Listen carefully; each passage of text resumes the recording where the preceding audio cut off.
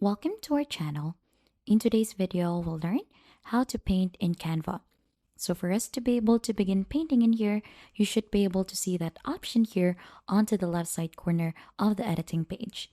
So we're currently onto the editing page already, and here onto the left side, we could see the different tools, and we could also see the draw in here. Click onto draw, and then right after, you should be able to start painting already. So there are a lot of options to choose from. There are different pens, or there are markers, highlighters, and an eraser for this one. So you'll just need to choose on which one you want to use. So for example, you want to go ahead and try to paint this red. So you'll just need to go ahead and hover this around red, or there are a lot of options to choose from. And then right after, once you're done, you could go ahead and directly draw in here using the pen. So you could draw some flowers or anything that you want. You could also erase this, and you could also adjust here onto the settings the different weight of the pen.